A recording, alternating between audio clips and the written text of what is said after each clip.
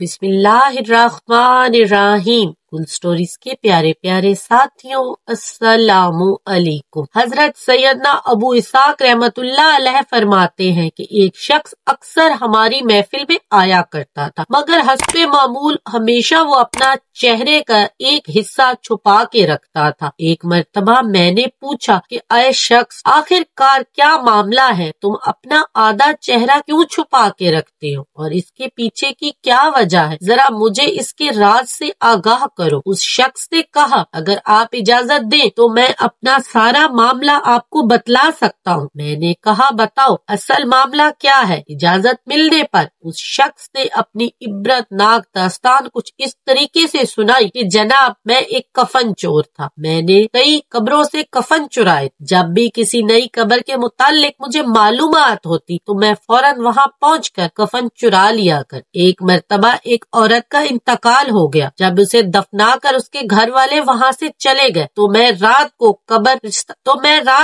कब्रिस्तान पहुँचा और कब्र खोदना शुरू कर दिया। जब ईंटें हटाकर कफन की एक चादर मैंने निकाल ली और दूसरी चादर को खींचने लगा, अचानक उस औरत के बेजान जिस्म में हरकत और चादर को थाम लिया। मैंने कहा, ऐ औरत, तुम्हारा क्या ख्याल है, तुम मुझ पर गालिब आ जाओगी? ऐसा हरगिज नहीं हो सकता। ये कहकर मैं घुटनों के बल बैठ गया और पूरी कुव्वत के साथ कफन को खींचने लगा। यकायक उस औरत ने एक जोरदार थप्पड़ मेरे चेहरे पर मार दिया, जिसकी दर्द की शिद्दत में मैं बेकरार हो गया और मेरे चेहरे पर बहुत ज्यादा जलन होने लगी, मानो जैसे किसी ने तेजाब डाल दिया हो। ये कहकर उस कफन चोर ने अपने चेहरे से कपड़ा हटाया। जैसे ही उसने कपड़ा हटाया, मैं क्या देखता हूँ कि उसके गालों पर उंगलियों के निशान बिल्कुल वाजिया। मैंने कहा, अच्छा फिर क्या हुआ? उसने कहा, फिर मैंने चादर वापस उस औरत पर डाल दी और जल्दी जल्दी कब्र पर मिट्टी डालकर बराबर कर और दिल में पुख्ता इरादा कर लिया कि अब जब तक जिंदा हूँ कभी दोबारा कफन चोरी नहीं करूँगा और अल्लाह ताला के हजूर माफी मांगूंगा। अल्लाह ताला मेरे साबका गुनाहों को माफ फरमाए और मुझे तौबा पर इस्तकामत अता फरमाए। हजरत सैयदना अबू इसाक रहमतुल्लाह अलैह फरमाते हैं, कफन चोर का सारा वाकया लिखकर मैंने हजरत सैयदना अबू अजीज रहमतुल्लाह अलैह की तरफ रवाना कर भेजा। उन्होंने जवाब में लिख भेजा कि उस शख्स से पूछो जो मुसलमान किबला रुख दफा किए गए थे, क्या सबके चेहरे किबले की तरफ थे या किबले से फिर चुके। मैंने दोबारा उस कफन चोर को बुलाया और उससे यही सवाल पूछा तो उसने कहा, मैंने जिन लोगों के कफन चुराए में अक्सर के चेहरे किबले से फिर चुके। मैंने ये जवाब दोबारा हजरत